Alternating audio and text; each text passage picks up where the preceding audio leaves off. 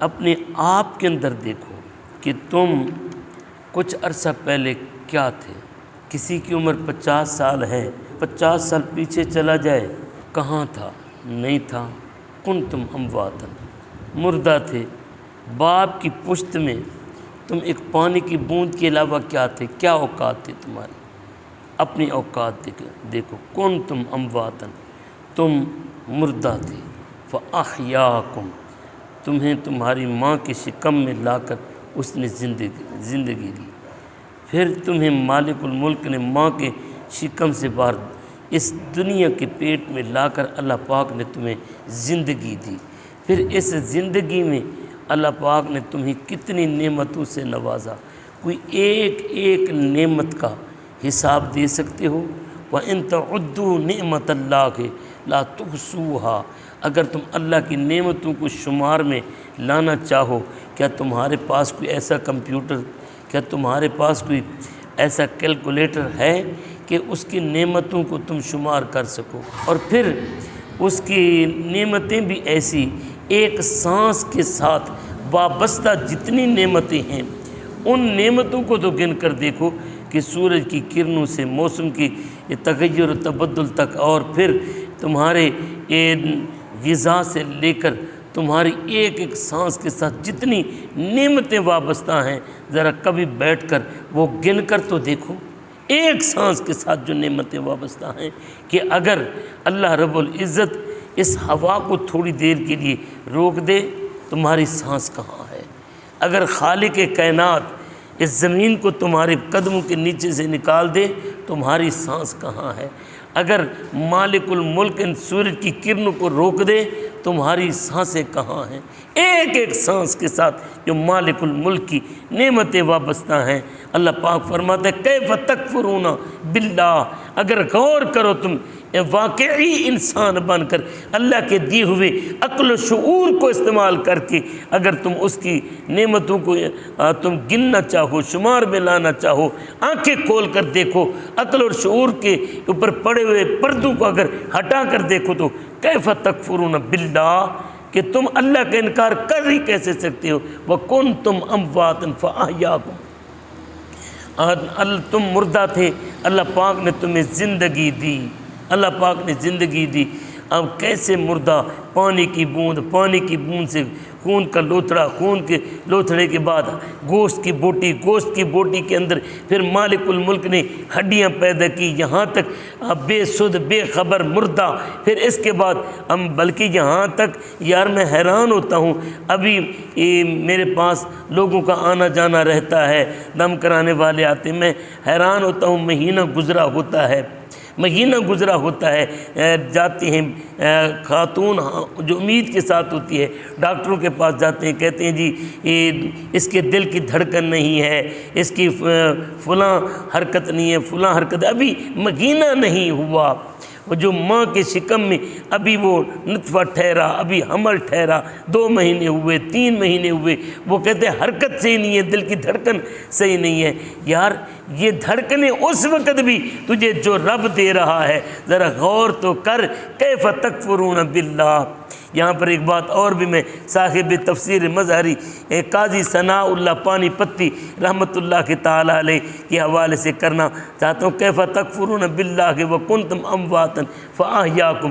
اس کے تحت لکھتے ہیں کہ انسان یہ سمجھتا ہے کہ شاید میں 4 چیزوں کا بنا ہوا ہوں، آگ، پانی، ہوا اور مٹی، فرمایا نہیں، تیرے اندر اور بھی چیز ہے، آگ، پانی، ہوا اور مٹی، یہ تو پتھر، یہ تو درخت کے اندر بھی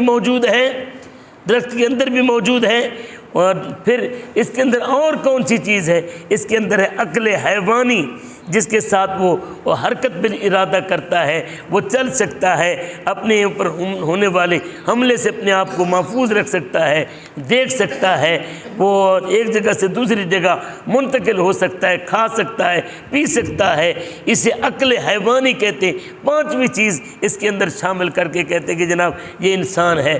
میں کہتا ہوں اگر یہ عقل حیوانی کی بنا پر عقل حیوانی کی بنا پر اگر انسان ہے تو پھر یارو بتاؤ اس چونٹی کو کس نے شعور دیا کہ جیسے کہ یہ گرمیوں کا موسم آتا ہے یہ دانے اکٹھے کر کے اپنے بل کے اندر جمع کرنا شروع کر دیتی ہے، اسے یہ کس نے شعور دیا کہ بارشیں آئیں گی میں اپنا راشن جمع کر لوں؟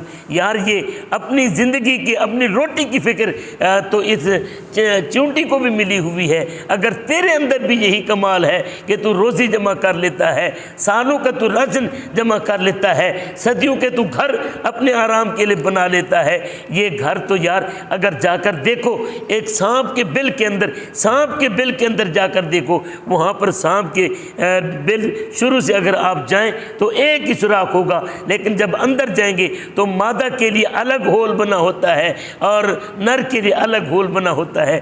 اگر آپ دیکھیں اگر لیبارٹی کے اندر آپ لیبارٹی کے اٹینڈنٹ ہیں یا ٹیکنیشین ہیں لیبارٹی کے، تو یارو یہ تو آپ سیکھ لیں، اس سے شہد کی مکھی سے سیکھ لیں کہ شہد کی مکھی کے چھتے کے نیچے جائیں، وہاں پر کتنی مکھیوں کے کٹے ہوئے سر پڑے ہوتے ہیں۔ کبھی آپ نے شہد کی مکھی کی زندگی کے بارے میں پڑھا ہے کہ اللہ پاک نے اسے کیسا لیبارٹی کا نظام عطا کیا ہے کہ شہد کی مکھی جب جاتی ہے مختلف کڑوے میٹھے پھول چوس کر لاتی ہے، تو باقاعدہ ان کے ہاں ایک لیبارٹی کا نظام موجود ہے، جو رس چوس کر لائی اس کو باقاعدہ چیک کیا جاتا ہے۔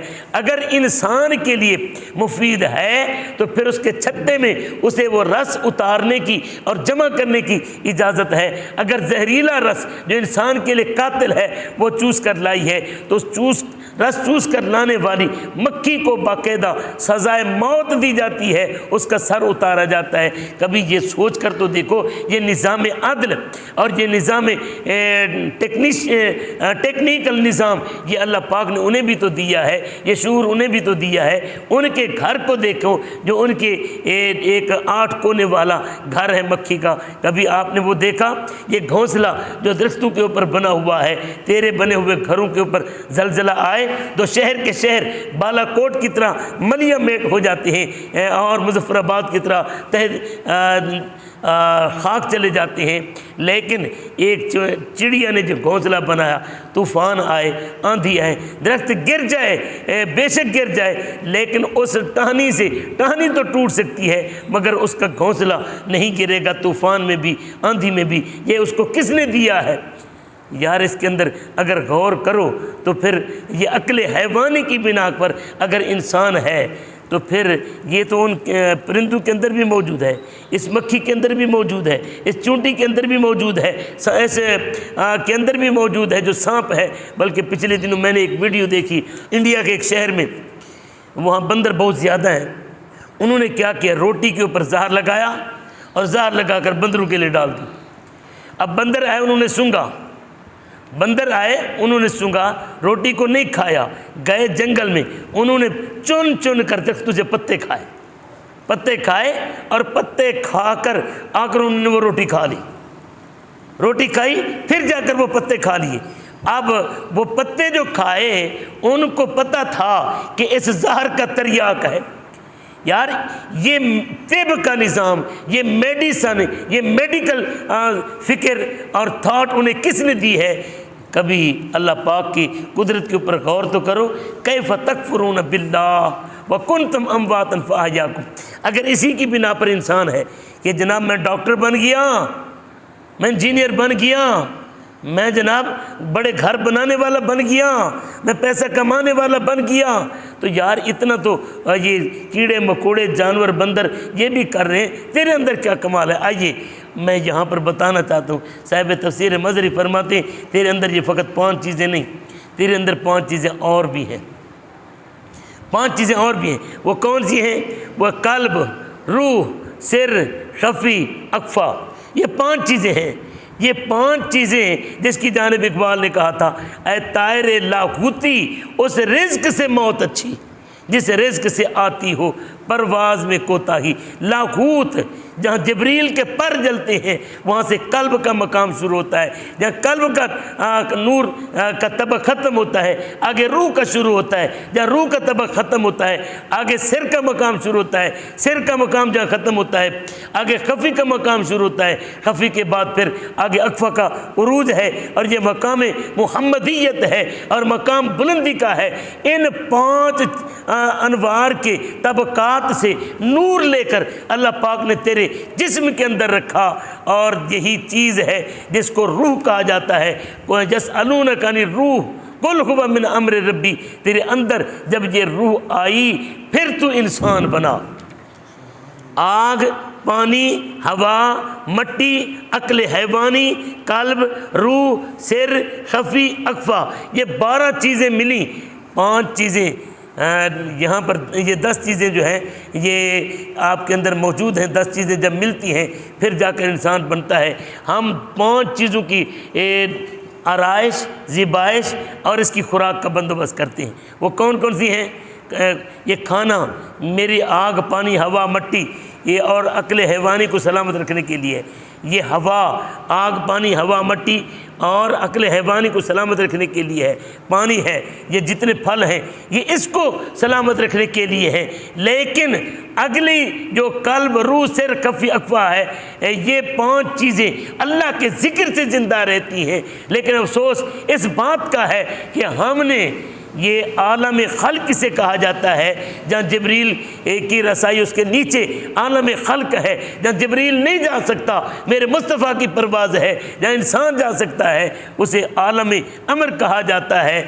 عالم خلق کے لیے تو سارا بندوبست ہے، جس نے گل جانا ہے اس کے لیے سارا بندوبست ہے، جس نے مر جانا ہے اس کے لیے سارا بندوبست ہے، جس نے دب جانا ہے مٹی کے اندر اس کے لیے سارا بندوبست ہے، جس نے اللہ پاک کے پاس چلے جانا ہے۔ روح کی غذا کا کسی کو فکر نہیں ہے، کسی کو احساس نہیں ہے، جس نے زندہ رہنا ہے، جس کو انسان کہا جاتا ہے۔ یہ جی کون ہے؟ جی خان صاحب، اب روح نکلی، یہ میت ہے۔ یہ کون ہے؟ جی پیر صاحب، روح نکلی، میت ہے جی۔ یہ کون ہے؟ جی یہ چودھری صاحب، روح نکلی، یہ میت ہے جی۔ یہ کون ہے؟ اماں ہے، روح نکلی، یہ میت ہے جی۔ ارے بھائی اماں کون تھی؟ چلی گئی، یہاں باقی کیا پڑا ہے؟ مردہ پڑا ہے۔ یہ 5 چیزیں پڑی ہیں، 5 چیزیں یہاں پر رہ گئیں۔ جو اصل چیز تھی، جس نے جا کر اماں کو اماں بنایا، جس نے آ کر ابے کو ابا بنایا، جس نے خان کو خان بنایا، جس نے پیر کو پیر بنایا، جس نے مولوی کو مولوی بنایا، وہ روح تھی۔ اس روح کو ہم نے مار ڈالا ہے۔ اللہ پاک فرماتا ہے کیف تکفرون باللہ وکنتم امواتا فاحیاکم ثم یمیتکم ثم یحییکم ثم الیہ ترجعون۔ اللہ فرماتا ہے تمہیں زندہ کیا، پھر تمہیں موت بھی اس نے دینی ہے، پھر اس کے بعد ثم یحییکم، پھر تمہیں وہ کیا کرے گا؟ زندہ کرے گا۔ پھر اس کے بعد یہ نہیں ہے کہ ثم یمیتکم، پھر مالک الملک نے تمہیں مارنا نہیں، پھر کیا ہے؟ قبر کا عذاب ہے یا پھر حشر کا حساب ہے۔ اللہ پاک ہمیں دونوں سے بچائے۔ ایک بات یہاں پر میں بابا جی منظور احمد شاہ صاحب نے اپنی تفسیر نور القرآن کے اندر لکھی ہے، فرماتے ہیں کہ کیف تکفرون باللہ وکنتم امواتا فاحیاکم ثم یمیتکم ثم یحییکم ثم الیہ ترجعون۔ فرمایا موت رب نے 1 دفعہ لکھی ہے، مردہ انسان 2 دفعہ تھا، پہلے زندگی ملنے سے پہلے بھی مردہ، پھر اللہ پاک نے زندگی دے دی، ثم یمیتکم، پھر اللہ پاک اسے موت دے گا۔ اس موت کے بعد اللہ پاک زندگی دے گا۔ قبر میں انسان جب جاتا ہے وہاں پر اسے زندہ کیا جاتا ہے۔ زندہ کرنے کے بعد اس سے سوال و جواب، میرے نبی فرماتے روح لوٹائی جاتی ہے، سوال و جواب ہوتا ہے۔ سوال و جواب کے لیے جب زندگی ملی، اس کے بعد موت نہیں ہے، اس کے بعد موت نہیں ہے۔ اب جب موت نہیں ہے تو وہاں پر جب سوال اور جواب ہیں، تفصیل تو لمبی ہے، فقط اتنی فکر دینا چاہتا ہوں کہ یار یہ مت سوچو کہ جناب ہم کب مر کر چھوٹ جائیں گے۔ سوچا تھا کہ موت آئی تو مر جائیں گے، مر کر بھی نہ چھوٹے تو کدھر جائیں گے۔ زندگی قبر کے اندر جا کر شروع ہوگی۔ اس عارضی چند سانسوں کی، چند دنوں کی، چند سالوں کی زندگی کا فکر کرنے والوں، آؤ اس زندگی کی فکر کریں جس زندگی نے ختم نہیں ہونا۔ اللہ پاک ہمیں سمجھنے کی توفیق عطا فرمائے۔